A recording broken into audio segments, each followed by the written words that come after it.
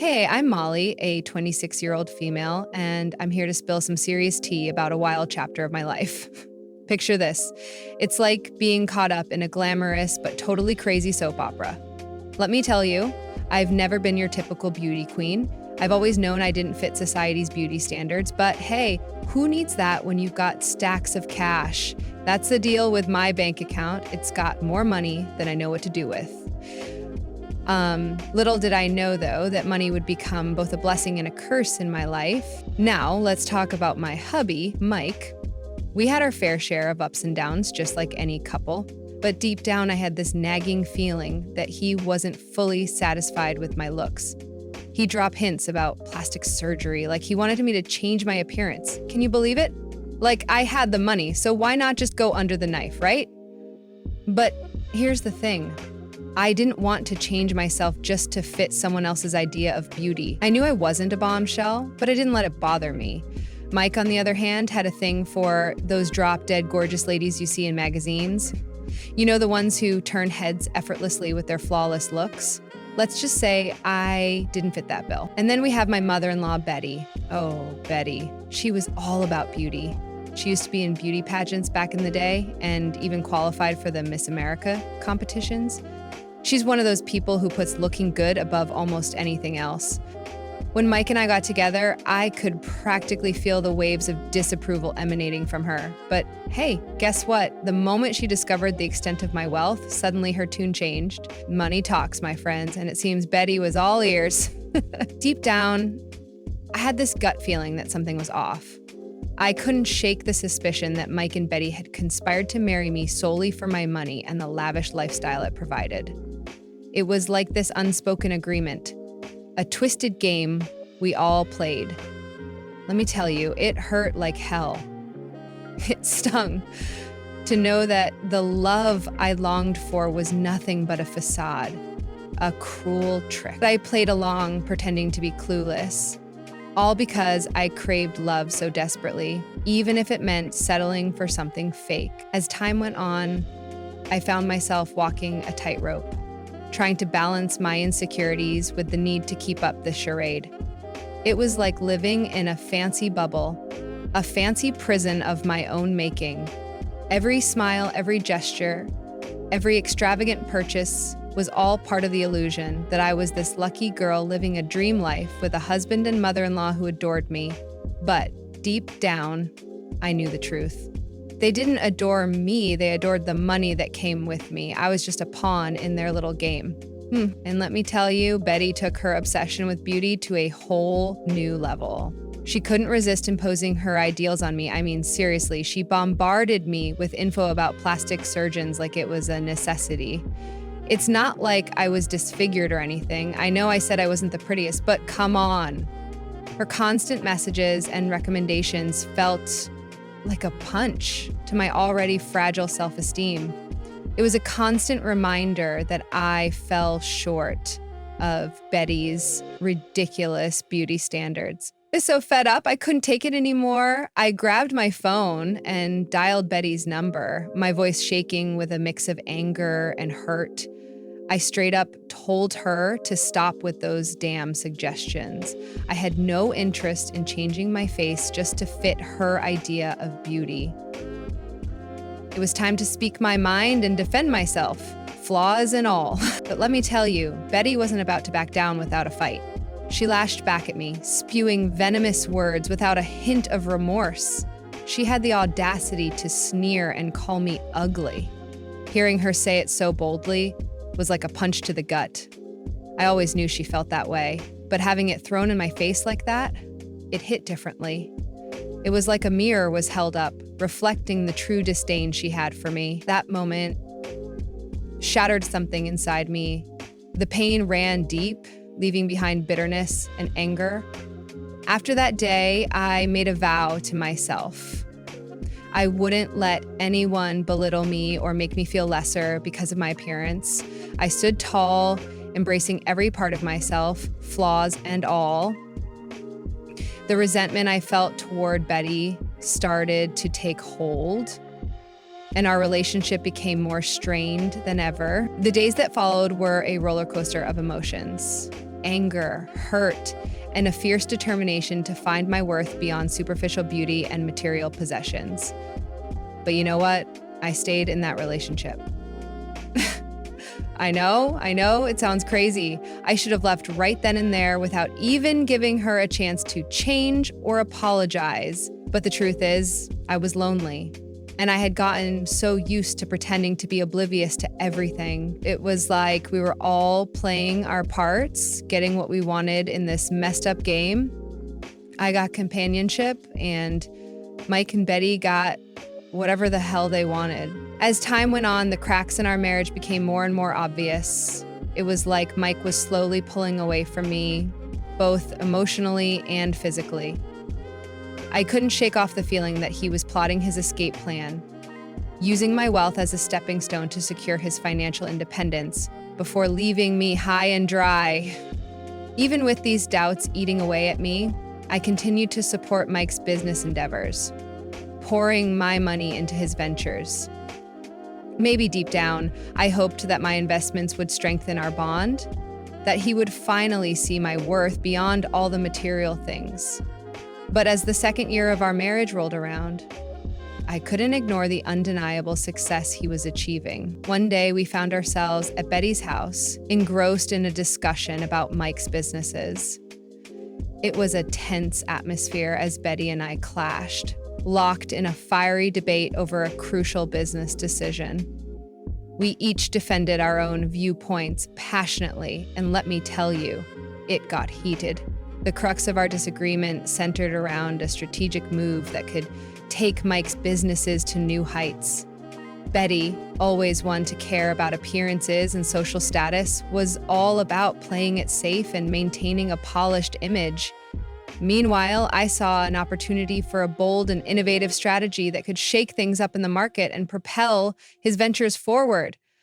Betty let out a scoff, her tone dripping with condescension. "Molly, dear, you've always had such big ideas, but let's not forget that appearances matter. We can't risk tarnishing our reputation with unnecessary risks." Frustration welled up inside me as I responded, my voice growing stronger.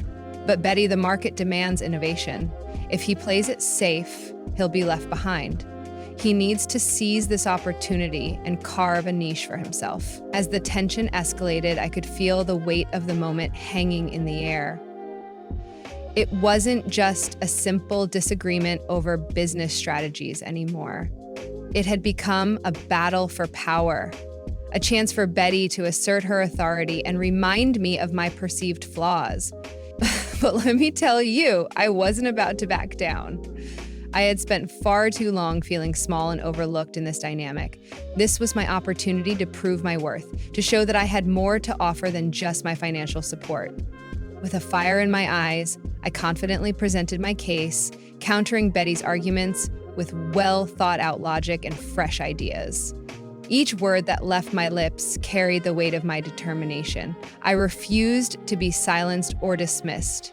I had spent countless hours researching and analyzing the market trends, and I was confident in my ability to steer Mike's businesses towards success. I wasn't going to let Betty's narrow-minded perspective hold us back. As the debate raged on, I could sense the room growing quieter. It was as if everyone realized the significance of this moment, the clash of two strong-willed women fighting for what they believed was right. The air crackled with anticipation, waiting for the final verdict to be delivered. Mike piped up and interjected, "Look, I understand both of your perspectives, but we need to find a middle ground. Molly, your ideas are intriguing, but we also have to consider the potential risks involved." His response left me feeling disappointed, like my concerns were being tossed aside without a second thought. "Mike, I've supported your ventures from the beginning, investing my time and resources, but it seems like you're more interested in playing it safe and securing your own future." Betty, seizing the opportunity to strike, chimed in with a derisive tone. "Oh, Molly, don't be so naive. We all know why you married my son. Your wealth was your only redeeming quality. Without it, you're just an unattractive burden, let's face it." "What?" "It's the truth." My eyes narrowed, anger bubbling within me. I refused to let her belittle me any longer. Betty, enough. Your obsession with appearances blinds you to everything else. I won't let you define my worth. I may not be conventionally beautiful, but I have strength, intelligence, and a drive to succeed, and I won't allow you or anyone else to undermine that. She scoffed, and then she said, "You think you're better than us just because you have money?" Nobody is saying that, Betty. You're just crazy. And you're just ugly. Okay, Mom, stop. Please. Stop trying to defend her. Weren't you the one telling me that you wish that things were different, that you married a different girl? Mom, I didn't say it like that. Come on. The jig is up, Mike. Don't worry, you can stop playing pretend now. Very soon, we'll be swimming in our own wealth, and we won't need this hag any longer. I was so confused and hurt. It felt like my heart was about to explode in my chest. Mike, what is she talking about? Even though I was asking, part of me deep down already knew the answer. I just wasn't anticipating hearing the truth in this manner. Oh, for the love of... Mike only married you for your money. Honestly, he settled for you, knowing that he could have done a whole lot better than this. She gestured to me when she said this.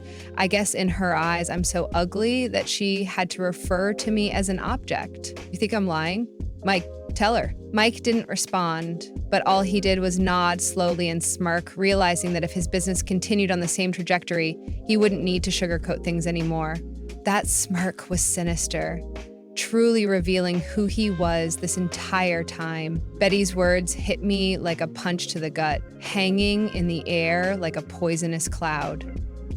She had the audacity to claim that Mike had only married me for my money, and it felt like a stab right in the heart. But you know what? I wasn't about to let her words bring me down. I summoned all my strength and spoke through gritted teeth, determined to stand my ground. I'm not an idiot, Betty. I've known all along, but that doesn't excuse your cruelty. Why are you so mean? Betty's laughter erupted, a cruel symphony of mockery. Oh, this is rich. So you mean to tell me that you knew this entire time? Yeah, then why keep quiet? Why not divorce him or get an annulment?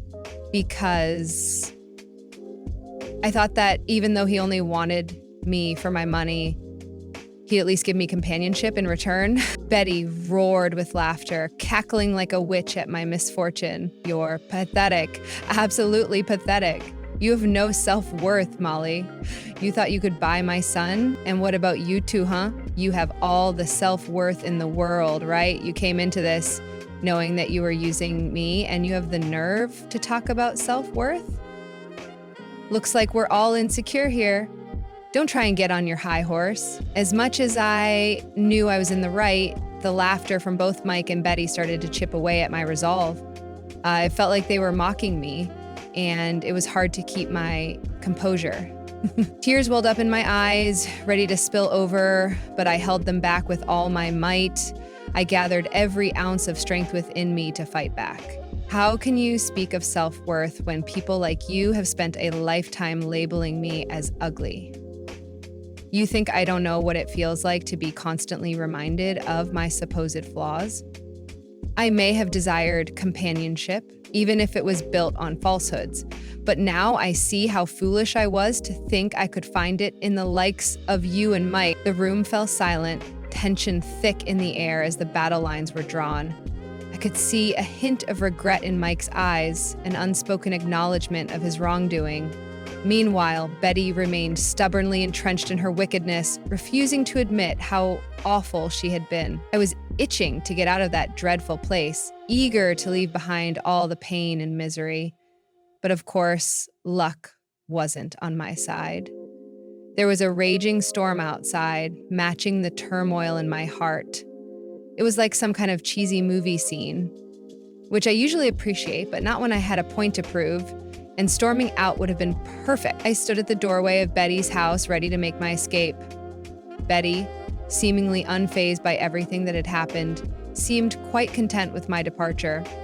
However, Mike, torn between his guilt and sense of responsibility, begged me to stay for the night. Please, Molly, The storm is too dangerous. Stay here until it passes. It's late, and you shouldn't be out there alone. His words hit me hard, lighting a fire of anger inside me.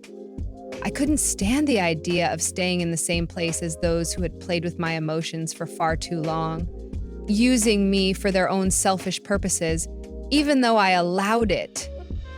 Fueled by determination, I snapped back at him with a firm voice. I don't need your pity, Mike. I'll sleep on the couch downstairs. Just let me be. Determined to take control of my life, I headed to the living room for some much-needed solitude. The house was eerily quiet, with only the sound of wind howling outside.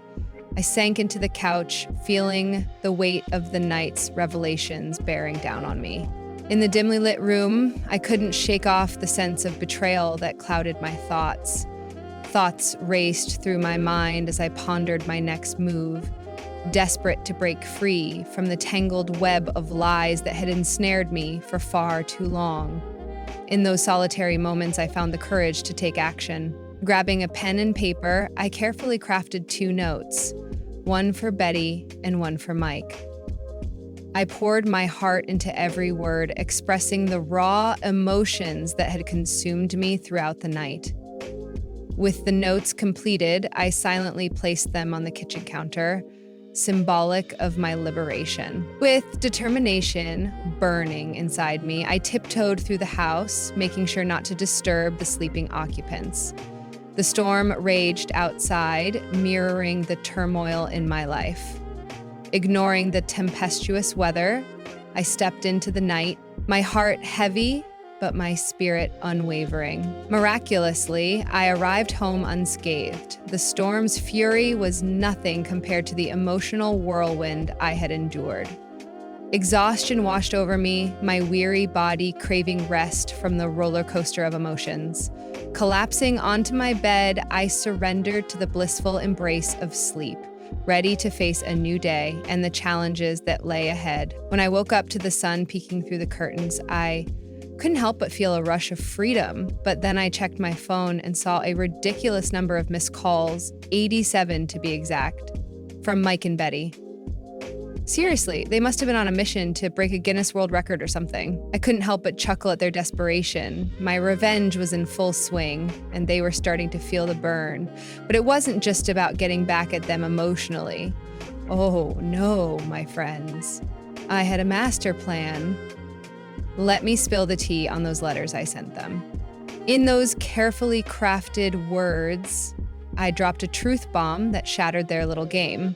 You see, it wasn't just my heart they manipulated, but also my wealth and assets. And let me tell you, I'm no pushover when it comes to protecting what's rightfully mine. I let them in on a little secret. I owned all of Mike's businesses. Yeah, you heard that right. All those accomplishments he boasted about, they were made possible by my financial support. But guess what? I made sure to have everything legally in my name. I mean, who wouldn't want to be the boss, right? But that's not even the juiciest part. Oh, the post-nuptial agreement. It was my ace in the hole. Mike signed it without a clue, thinking he had me wrapped around his finger. Little did he know, hidden among the piles of paperwork he signed, that the agreement guaranteed my wealth and assets would be off limits in case of a divorce. Yep, even those businesses he thought were his ticket to success. Talk about a plot twist, right? They thought they could use me and toss me aside, but turns out I had the last laugh. Revenge truly is a dish best served with a side of financial security. Oh, Mike's inability to grasp the importance of reading the damn fine print and his blissful ignorance of the contract's existence was going to come back to bite him in the butt. Oh, the irony. It was like a delicious twist in this cheesy soap opera called My Life. Their grand plan to use me for my money and then toss me aside had spectacularly backfired. Now I held all the cards, and they were left scrambling with their half-baked schemes. Feeling a surge of boldness, I dialed Mike's number and waited for him to pick up. Surprisingly, he answered pretty darn quickly. Oh my God. Mom. She's answered the phone. Now hurry. Molly, please tell me that this is all a joke. Oh, Michael. You're just as naive as you were last year when you signed all of these documents. Molly, please, let's work something out. I'm begging you. Nope. Since your mother believes that you can do so much better than me, I would like to give you the opportunity to do so.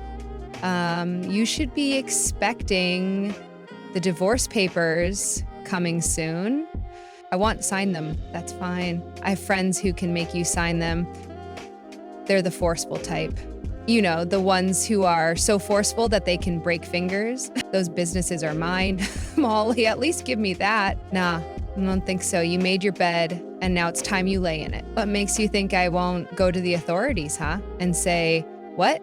I signed these documents that I didn't bother reading, and now my wife won't give me any money. They'll laugh in your face.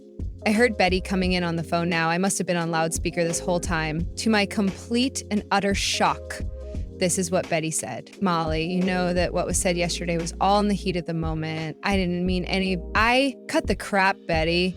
You're the one who's pathetic. Goodbye. And see you in court. I hung up the phone, chuckling at the sight of their desperate calls lighting up my screen. Revenge, my friends, tasted sweet. And it wasn't just an emotional victory. I had hit them where it hurt the most, their precious wallets.